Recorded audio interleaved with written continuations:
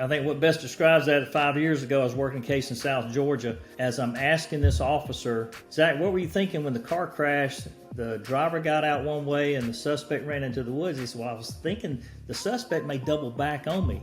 And I said, Zach, why didn't you tell that to your attorney? He said, well, I didn't think it was that important. After the third, I don't think it was that important in my question, and that's when it hit me. These officers do not know what's important in their defense to talk to their attorney about.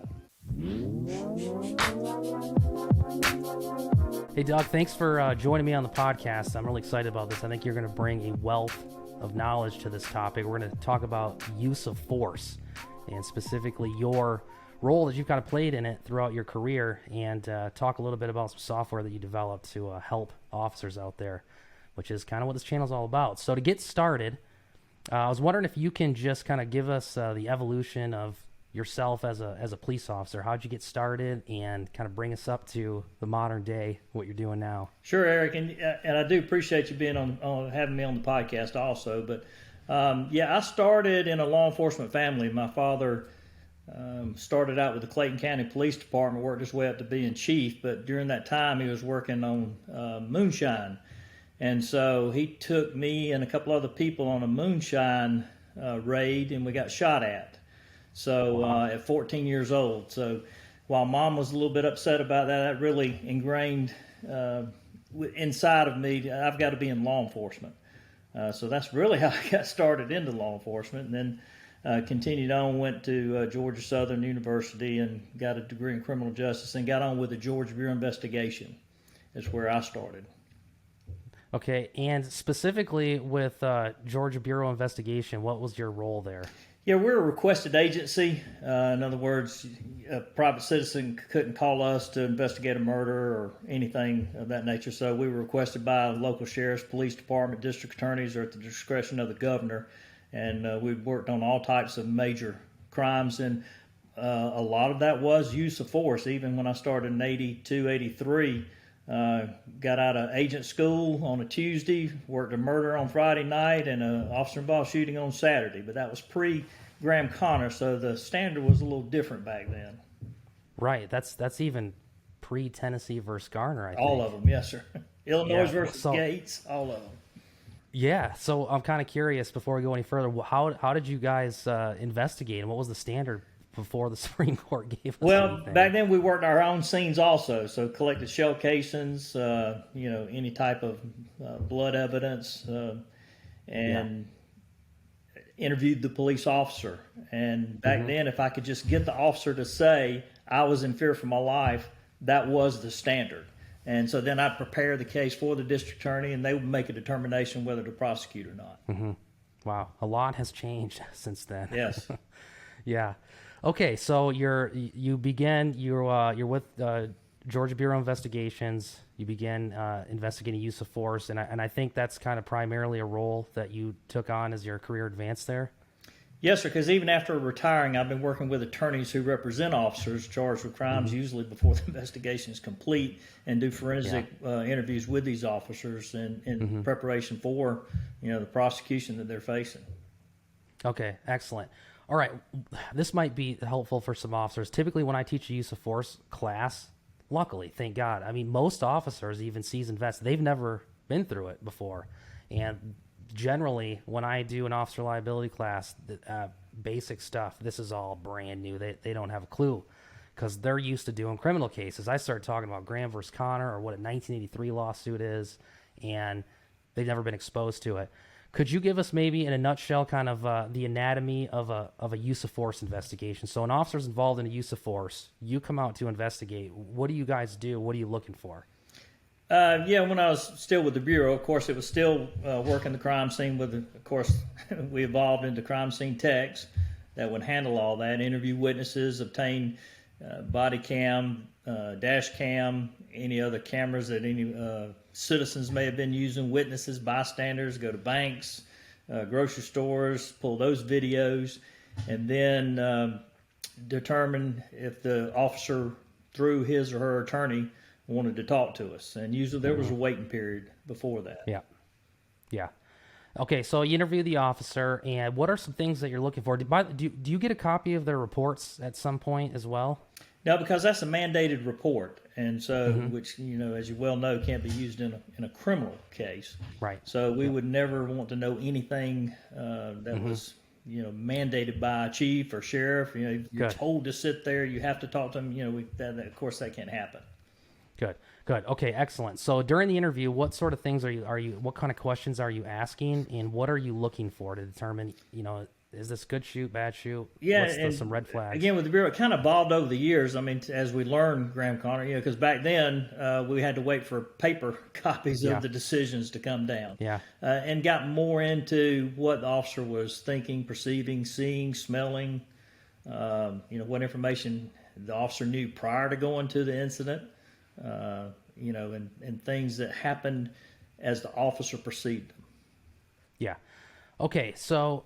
And then post that, you've kind of worked with representing law enforcement officers, I'm guessing both criminally or ones in civil lawsuits for civil rights violations.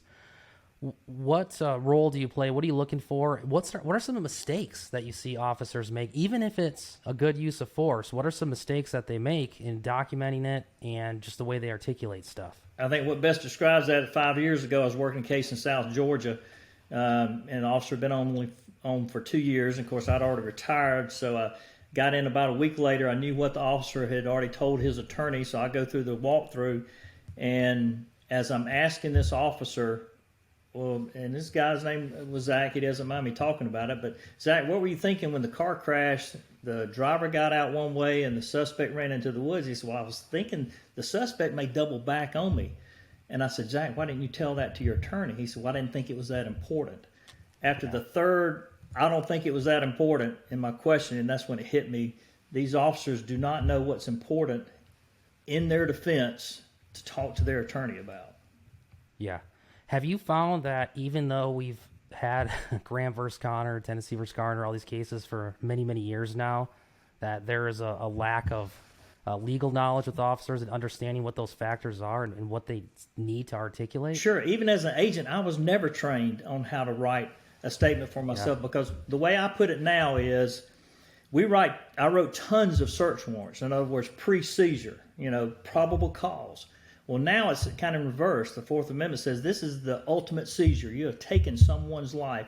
Now you're having to write something in reverse, basically.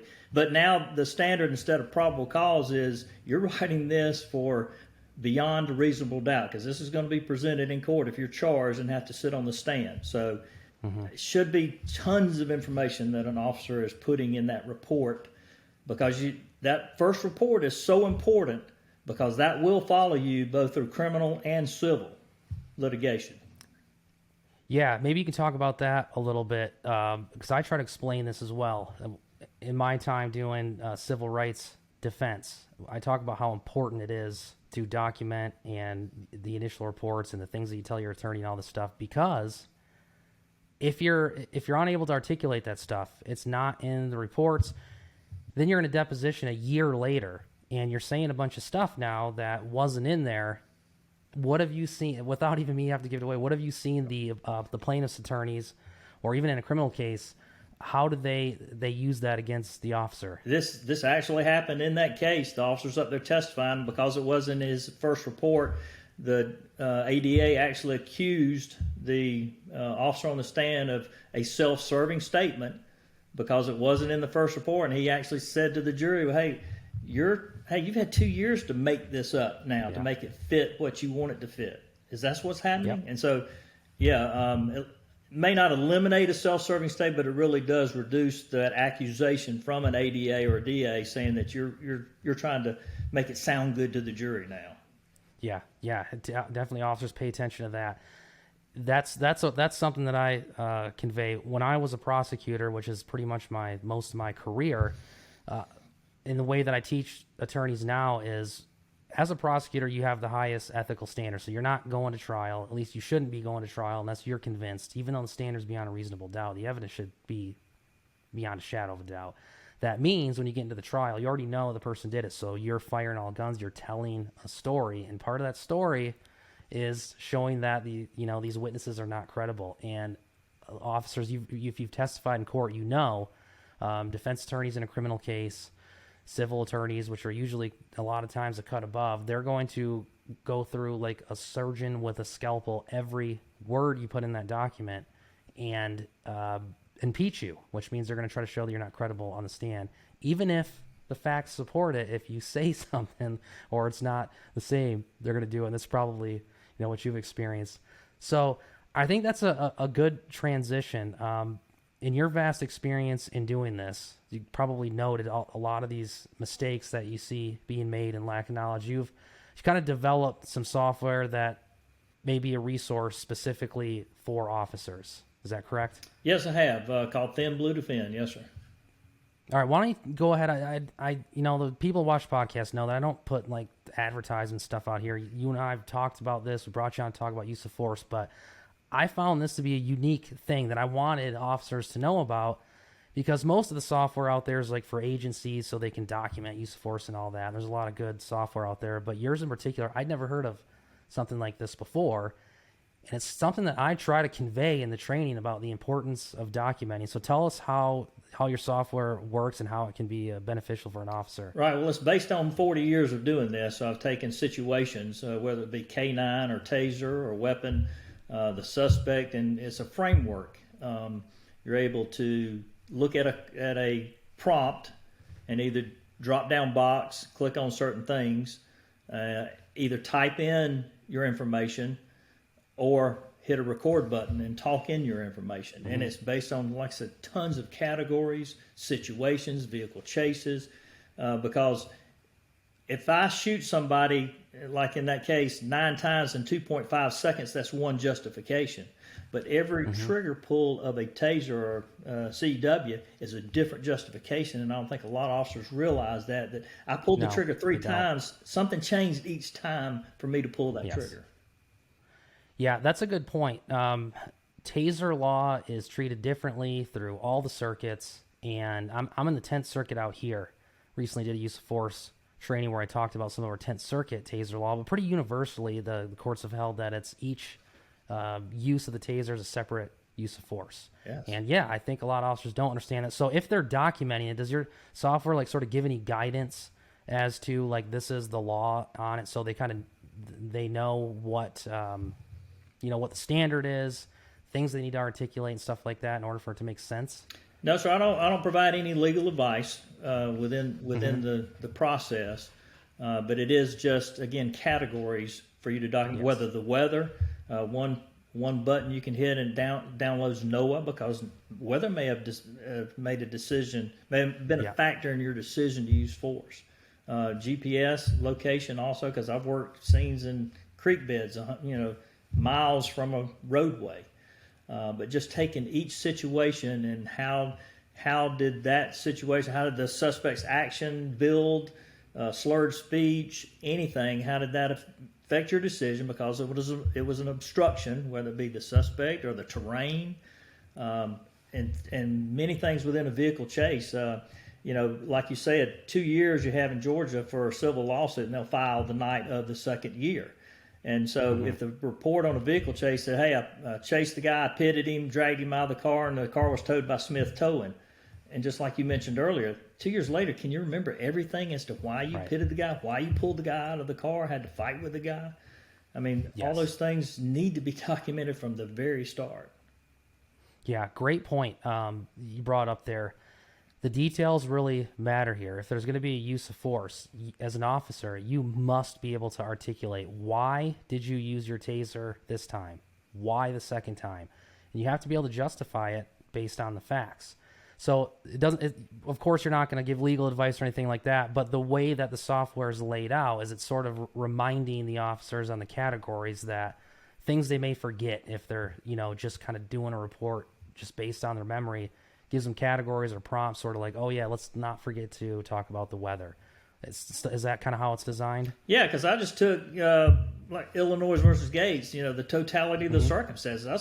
That's what I did, is just created all these categories to cover hopefully anything and everything an officer may encounter in a critical incident. Yeah. Excellent. So I'll kind of come back to this here when we get towards the end, where you tell people where they can check this out. But let's take it, maybe take a little bit of a deeper dive here.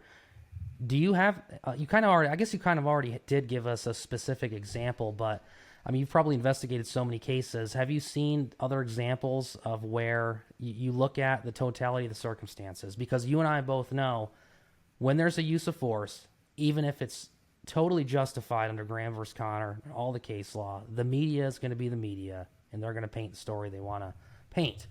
Have you seen examples where an officer has kind of exposed themselves to liability, criminal or civil, even when the facts would seem to suggest that it was justified use of force because they weren't able to articulate? Yeah, and that's exactly it. The body cam may show one thing, but a body camera will never show perception, and that has to come from the officer. And I've had cases where the body cam looks bad, and I've had the investigating agency ask me, said, Doug, if you'll just let, through your attorney, if y'all will come in and talk to us, I think you'll be okay. And that's happened in several instances already, to where the investigating agency said, I've got the body camera, y'all came and talked to us, I'm okay with it now, so justifiable shooting. Now does that preclude the DA from charging? No, but at least that's one step in there. Mm-hmm. Yeah, excellent. Okay. Yeah, this is one of those topics where I think officers need to be educated. Kind of on a broader scale, have you investigated, and I'm sure you have, cases with agencies that maybe they don't have the resources, lack of training, maybe there's a culture of that's the way we've always done it. Have you seen that sort of thing? Here in Georgia, I mean, the GBI was the primary. I mean, you didn't have to call the GBI, but there are some agencies that are creating their own use of force investigation teams, which are very good. I mean, they're patterned, after the same type of investigation. So here in Georgia, I've seen those work pretty well. But there again, on the defense side, when I get involved, I do see some other things that could have been done. Because they're not thinking really defending the officer. They're just collecting the evidence and trying to do those cognitive interviews if it comes about. So we've got some real good attorneys that I work with, so they're very knowledgeable now of what we're looking for in defense for those officers. When I typically teach a use of force case, and it's just the basics, a lot of times we'll start with just the basics. You got to know Graham versus Connor and the factors and all that stuff. But one of the things that's become a little bit inconsistent on teaching is policy, because every department is going to have a different policy. There is Graham versus Connor, the standard that the courts give us, but some departments have a policy that's, basically it is Graham versus Connor. But then you have other departments that have, based on lawsuits and things, they've tried to reform it, and they've given, they've listed things that Graham versus Connor would never take into consideration as far as the use of force options and stuff like that. From an investigator standpoint, how does a policy ever play any role in your investigation? No, sir. I've never seen that in the things that I've done. Again, whether it was with the Bureau or privately now, I'm just basing it on that cognitive process and trying to draw out everything I can from the officer. But good. That's a point I try to make, is if you're sued civilly, it's going to be, unless you're in a state like I'm at here in New Mexico, that because of bad cases across the country, one bad case makes some really terrible law. There's some state causes of action, but by and large, it's a civil rights lawsuit. It's in federal court. The courts don't care about the policy. Now, administratively, there may be consequences for it, but I try to convey that you need to understand the standard. And so it sounds like your software, and through your investigations, you guys are, as you're investigating it, you're looking at the Supreme Court, the case law standard, to make sure everything's consistent there, right? That's it. All right. Exactly that. Excellent. Have you ever, I generally do use of force with like patrol officers, maybe like smaller, like narcotics teams where they're doing a lot of search warrants, but they're not really a tactical team. I'm gonna be doing a training for some SWAT guys here in the near future. Kind of curious your take. What are some issues that you've seen in SWAT operations, particularly, where they're generally just sort of, they're going to secure the house but not execute the search warrant? What are some use of force kind of issues that come up there with SWAT, and what are some things they can do to make sure that they're complying with the law? I don't think it's really much different. I mean, it's still, do you have the right to be there? Do you have a search warrant? Go through the announcements that you need to make entering a residence or a vehicle or anything, properly identifiable as an officer. And then again, what were those commands? What the suspect do in response to your commands? It just goes through the exact same process of being able to articulate why you made this move, made that arrest, shot that person. I mean, it's all coming down to being able to articulate why you did everything within your job that you were doing. Yeah, you're using the magic word there, articulate, and it's everything. A lot of times officers, when they write reports, it's conclusions or it's vague.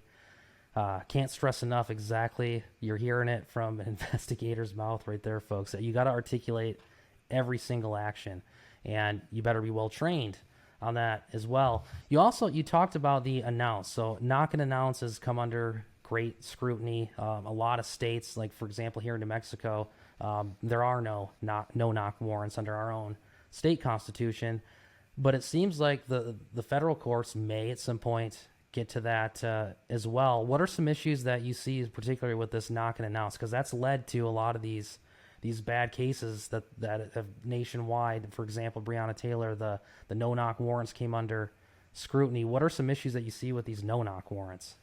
Kind of mixed on that. There's two reasons for that. Is for officer safety and destruction of evidence. Yeah. So I'm going to err on the side of officer safety every time if if I have to go into place under a no knock, because that may be some type of protection for me.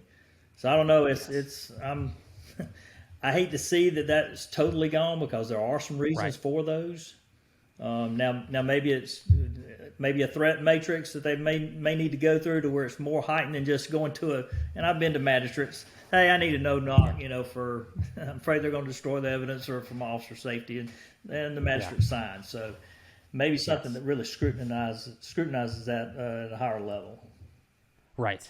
Yeah, I think anyone that's a police officer, the danger that you face on a search warrant, especially for drugs, where there's always going to be a gun and in a drug search warrant. It's understandable. There are times when the facts would indicate that you don't just go and stand out there and knock on the door because you're going to get shot. You may have specific information, so it's certainly understandable. One of the kind of some new ideas that I'm seeing out there, in situations where if we're concerned, it's not an evidentiary concern, but it's more of this person represents a threat. Maybe it's an arrest warrant, a search warrant. Why not do a surround and call out, or use loudspeakers if you're going to announce? A lot of the problems I see in cases where there's knock and announce is they announce, but it's like police department, search warrant. It's 2:00 in the morning. Who's going to hear that? It's understandable that someone may come to their door with a gun. So I'm just kind of curious your thoughts on that. And I think that's the great debate right now. Is obviously the Supreme Court has found situations where you can dispatch with it, but we're seeing problems with it, and it's led to a lot of the issues that we've seen across the country. Okay, let's see what else we got here.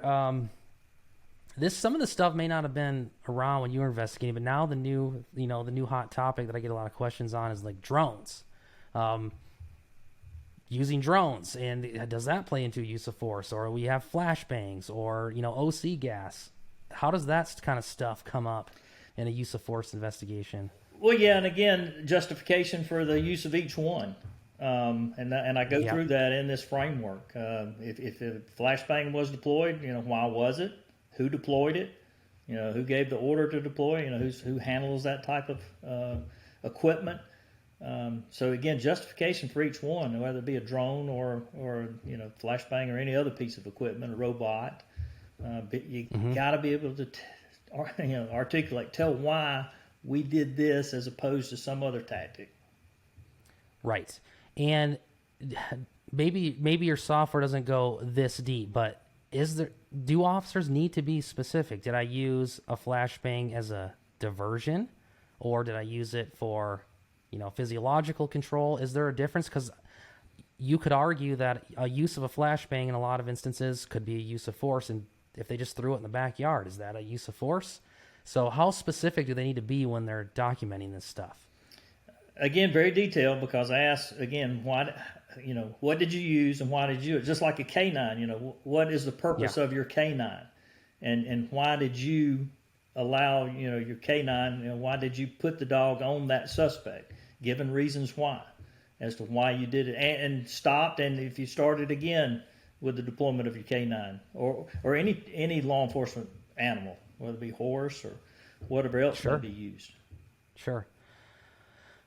Doug, I'm sure in your time, I consider myself obviously pro law enforcement. I do training, but as a prosecutor, I have prosecuted law enforcement officers if they break the law. And there's going to be some instances where it's not a lack of knowledge, it's just criminal. It's just a criminal act, and the law will hold them accountable. But by and large, what I saw as the city attorney involved in the civil rights defense, and what you've probably seen, is the total lack of knowledge of what your software addresses, report writing, articulation, what the gram factors are, and little things like weather and stuff like that. What are some, maybe a 2 or 3 kind of pitfalls or red flags that you've seen where officers don't kind of understand things that can get them in trouble? What are some things that an officer watching this can say, I need to right now make it my job to get buffed up on this area of the law, or learn how to do this, or what can they address in training? What are some pitfalls you've seen out there? Interesting question. One thing that I did after the Chauvin case was being able to recognize other officer use of force also. Oh, yes. And we have a section in there to where if an officer does observe that, what did that officer do to tell maybe their supervisor, hey, that's enough. I think it's okay. I think we're safe. Had any of those statements probably been made during that case, that may have saved some of the officers from being charged extraneous, to what he was doing. Yes. So that's one thing that I've kind of seen, as far as, because they're subordinate. They're not in charge. They're following orders from somebody else. So being able to recognize what use of force is, and what levels of force need to be used to either to match or go above what's being presented to you. Being able to identify that, I think, is very important. Yes. So, and just to be clear, so your software, again, this is not for like an agency to use, like for the internal investigations when they're investigating use of force. This is a tool specifically for an individual officer that they can use when they're documenting it, and to make sure that they're documenting all the things that they need to. And it sounds pretty easy. You can use it on your phone, record it. Did you kind of design it in mind to address some of these things? Yes, and it is just for the officer and the attorney, so it's considered attorney-client work product. In fact, before you start creating an incident, you have to acknowledge several lines there that we have, as far as that I'm documenting this at the direction of my attorney, because usually on a shooting case, you make contact immediately, hopefully with your family, and now with your attorney. So, yes, being able to make those acknowledgments even before starting. But it is it is a personal cell phone. You can't upload this on an issued phone, because now you're looking at automatic seizure by the agency. We also want the officer to use this with their attorney. We don't want you using it within the scene, near the scene. Once you're taken away, get with your attorney, and you and the attorney sit down. That's where we have a lot of attorneys wanting to use this, whether their client has it or not. It just is a checklist. I mean, I'm a pilot, a little single engine pilot, but that's important to have checklists to make sure you're covering every aspect before takeoff and even landing, emergency situations. So the same thing. It's a framework for the two to use, and I've developed it to where any inputted information within that cell phone, while you're within coverage of either cell phone or internet, that none of the inputted data is stored on that device. It goes immediately to an encrypted cloud. Awesome. I was going to ask that. For example, here in New Mexico, we have tremendously strong sunshine laws. So under our state kind of version of the Freedom of Information Act request, if you're an officer and you write a report, it's publicly available. Now, one of the exceptions is attorney-client privilege material. So if the software is notating that, and if you as the officer are using it in that context, you're going to have really strong protections on that information getting out. So that's a good point. That's pretty good that you guys decided to include that in there. One last thing here. I can't. Jeez, it seems like we've only been talking for 5 minutes here. There's so much to cover, but my listeners do have a short attention span. One point I want to make is, this channel is designed to educate law enforcement, the ones that take the time to sit down and learn, so they know that they can go out, maintain the rights of their community, enforce the law, be confident in doing it. So we're certainly not condoning, bad use of force, and this covers it up to get away with it. No, this is a tool for law enforcement where you have done the training, you've educated yourself, you know what the law is, but the media is going to do what the media does, and this is a way that an officer can protect themselves. When in a world now that we live in where it seems like everything is against the officer, you need to start thinking about how do you protect yourself. Well, you go to training, you learn, you try to do the right thing. Software like this sounds like it can be a big asset to an officer to make sure they're providing a little more protections for themselves as well. Well, not only with them, the sheriffs and chiefs are realizing, well, even if I buy this as an incentive, if they're creating a better report, not everything's a shooting. So if I get real good detailed information, I'm able to put that out to the media before, the family starts driving the narrative. Yeah. Now the police chief or the sheriff can, and now we're hoping it does help out on liability at a later date for that department. Yes. Excellent. Well, it's really good stuff. Why don't you go ahead? I'll give you a shout out here. Where can people find this, and how can they get a hold of you to learn more information about it? Yeah, the website is thinbluedefend.com, and there's plenty of places there to call us, email us, get in touch with us. And if a department is looking for it, we do have departmental pricing based on the numbers, a sliding scale. But we really, officers need to understand we hate writing reports, but you're writing a report for hopefully to save your life and your career from going to jail for, guy if you're charged with murder, you may go to life. So this is really important.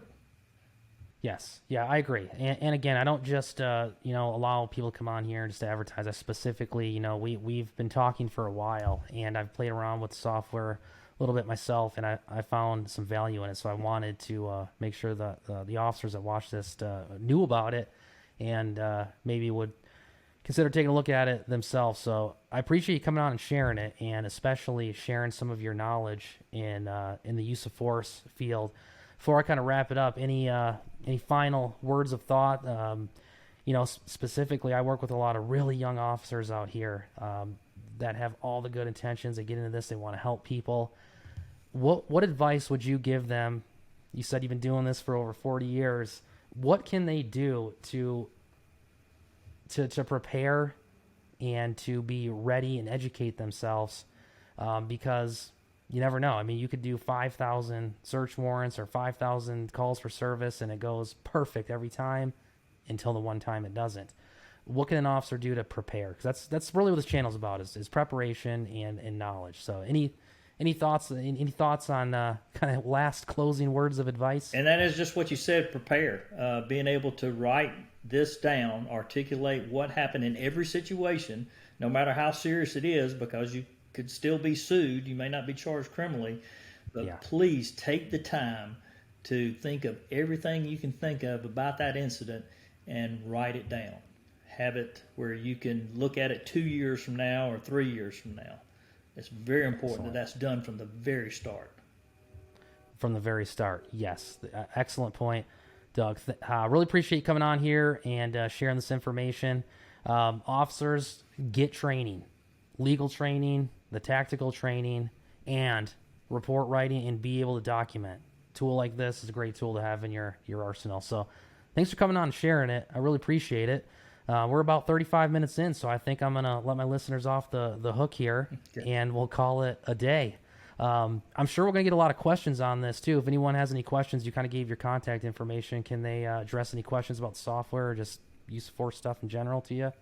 Sure, they can. Once you get in touch with us, get you my cell phone number, and we'll be able to talk to you and set up anything. But Eric, thank you for your time, because this is, we're the first in the nation to have this for the officer, and it is very important to get out there so they can protect themselves. Yeah. Yeah, that's what drew me to it. I hadn't seen anything like this before, and I thought it was a really great idea that you had in doing this. And that's kind of why I do what I do. I want to make sure we educate these officers out there so we can educate them, do the right thing, and have a productive career. Well, that's about all the time I got, Doug. I really appreciate it. So I'll tell the listeners, hey, you heard it here. Prepare. As I always say, every battle is won before it's fought. You guys all stay safe out there, and see you on the next episode.